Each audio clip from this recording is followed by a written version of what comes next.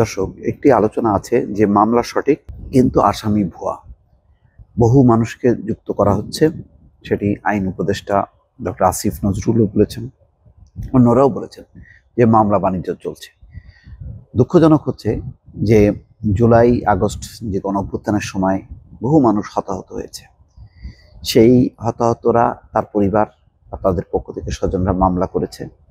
সেই মামলায় প্রকৃত আসামি ছাড়াও বহু মানুষকে যুক্ত করা হয়েছে এবং রাজনৈতিকভাবে প্রভাবিত হয়ে সেই মামলাগুলো করা হয়েছে, যেখানে নানা পক্ষের, বিশেষ করে আওয়ামী লীগ, তার সমর্থক, ব্যবসায়ী, প্রভাবশালী যাতে টাকা পয়সা আছে তাদেরকেও যুক্ত করা হচ্ছে এবং পরে বলা হচ্ছে যে তোমাদের নাম বাদ দেব, তোমরা টাকা দাও।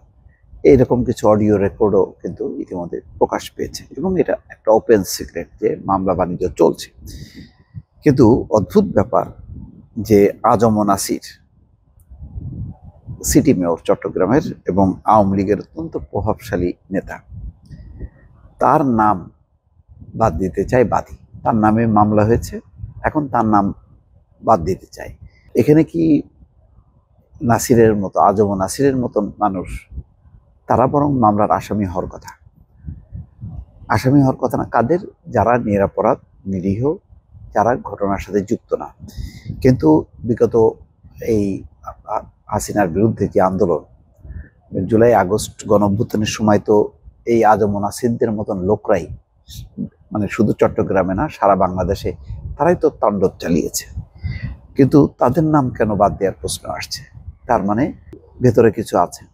সেই বিষয় নিয়েই প্রথম আলো যে এই রিপোর্টটি করেছে, যে বলা হচ্ছে যে এই মামলা থেকে আজম ও নাসির নাম বাদ দিতে আবেদন করা হয়েছে। সোমবার চট্টগ্রাম মেট্রোপলিটন ম্যাজিস্ট্রেট আদালতে এই আবেদন করেন গুলিতে আহত মামলার বাদী মোহাম্মদ মানিক। গত 5ই আগস্টের পর থেকে পলাতক আজম ও নাসির উদ্দিন। 5ই আগস্ট নগরের ডাবলমুরিং থানার বনসুরাবাদ এলাকার একটি মাজারের সামনে বৈষম্য বিরোধী ছাত্র আন্দোলনে গুলিতে আহত হন বাদী মোহাম্মদ মানিক। এই ঘটনায় 20শে নভেম্বর নগরের ডাবলমুরিং থানায় তিনি মামলা করেন। এতে 108 জন আসামির নাম উল্লেখ করা হয়। মামলায় 6 নম্বর আসামি হলেন আজম ও নাসির উদ্দিন।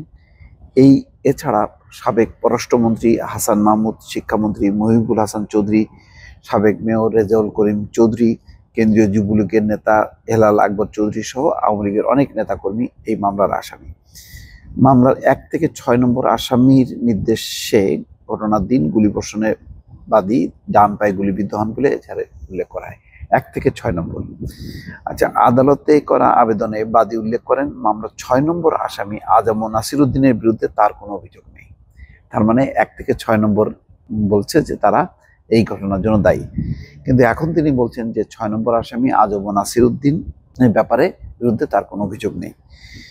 যখন মামলা করেছিলেন তখন বাদীর মানসিক অবস্থা ভালো ছিল না। পরে জানতে পারেন আজম ও নাসিরকে তিনি আসামি করা হয়েছে। এই মামলার ঘটনার সঙ্গে নাসিরের কোনো সম্পৃক্ততা নেই। ফায়দা লোটার জন্য সুকৌশলে বাদীর অজ্ঞাতসারে তার নামটি কেউ জড়িয়ে দিয়েছে। ন্যায় বিচারের স্বার্থে আজম ও নাসিরকে এজাহার থেকে বাদ দেওয়া হয়। এখানে 2টি ঘটনা ঘটতে পারে। একটা হলো যে আজম ও নাসির প্রভাবিত করেছে, হয়তো ওই বাদীকে প্রলোভন দেখিয়েছে বা ক্ষতিপূরণ দিয়েছে, সেই কারণে বলেছে যে মামলা থেকে বাদ দাও।